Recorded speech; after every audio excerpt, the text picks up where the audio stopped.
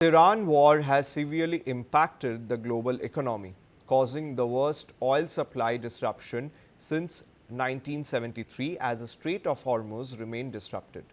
Oil prices have exceeded 100 US dollars per barrel, causing surging inflation, plummeting global stock markets, and threatening food security due to fertilizer shortages.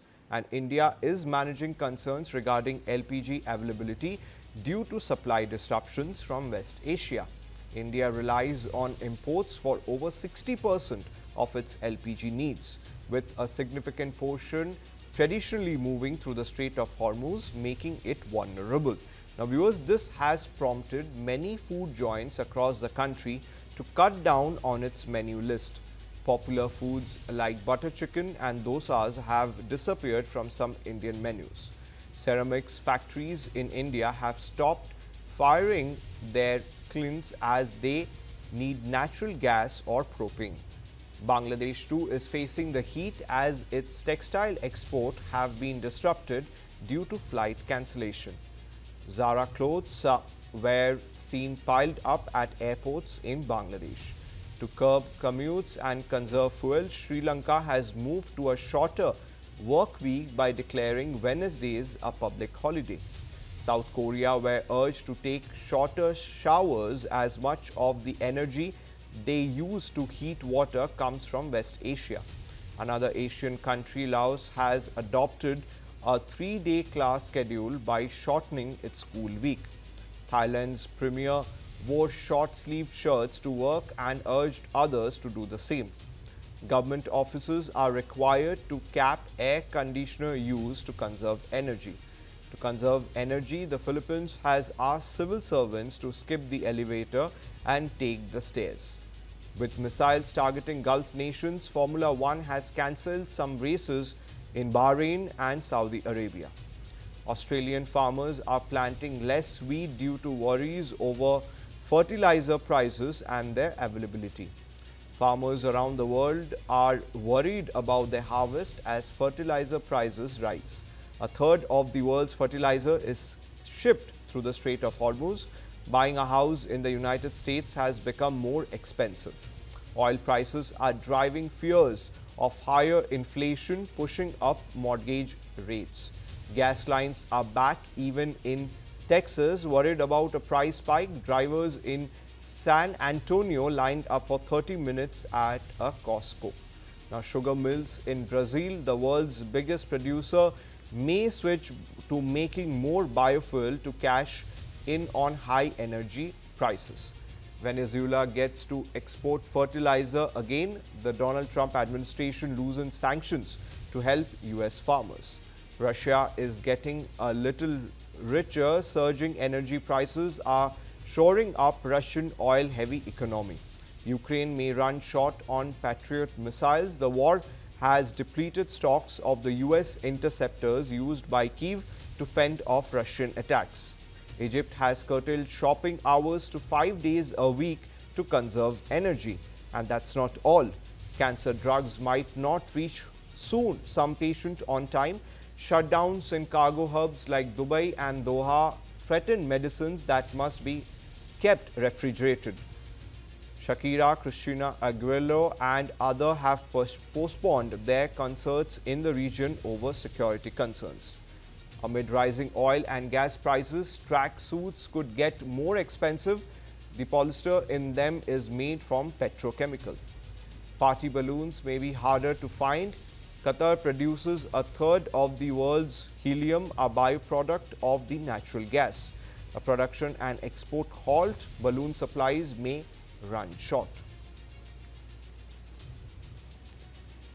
Now, viewers, I'm being joined by the executive editor of News9, Kartik Minotra. Now, Kartik, we are seeing the impact from India to US. So, how global is this economic shock from this conflict that we are seeing?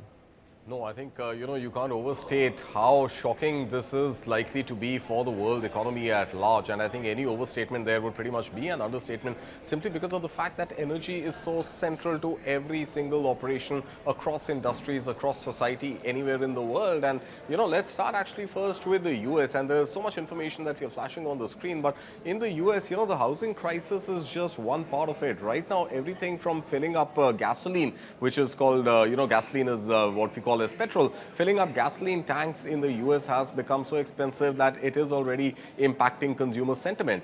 So in the US, overall, you're seeing that there is a sort of curtailing of shopping, and there's a curtailing of overall expenses that that US citizens are sort of undergoing right now and spending right now.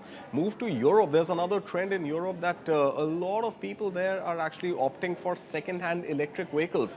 So the sales of regular petrol and diesel cars in Europe has declined drastically. And people are not really investing in new electric vehicles. They are investing in second-hand electric vehicles, obviously, in anticipation of gas prices likely to rise even further.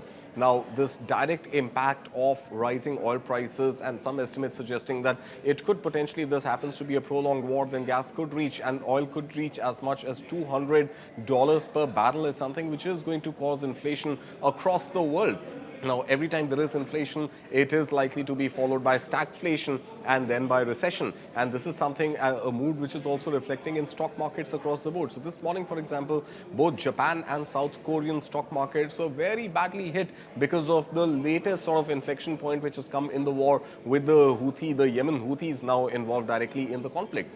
So it's important to understand geographically also, with the Houthis now getting involved in the war, the 7 million barrels of oil that Saudi Arabia is producing from its shores every single day will not have an outlet. How does the oil escape, the crude oil escape Saudi Arabia? It can't, because on one side you have the Strait of Hormuz, which is still closed, barring for some vessels, including some Indian flagged vessels for which it is open. And in the Red Sea, you've got the Houthis now willing to sort of launch fresh attacks if required on any oil passing through that narrow Red Sea area, which comes directly towards the south of Saudi Arabia into Yemen. Now, up north, you've got the Mediterranean Sea, which passes through that very narrow Suez Canal.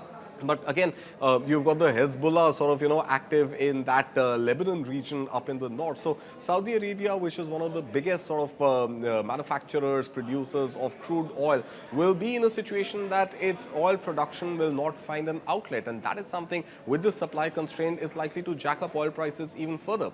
Now, you were also some time back, Sabya, talking about the helium balloons, which are likely to get impacted. Now, remember, Qatar produces the world's largest quantity of helium.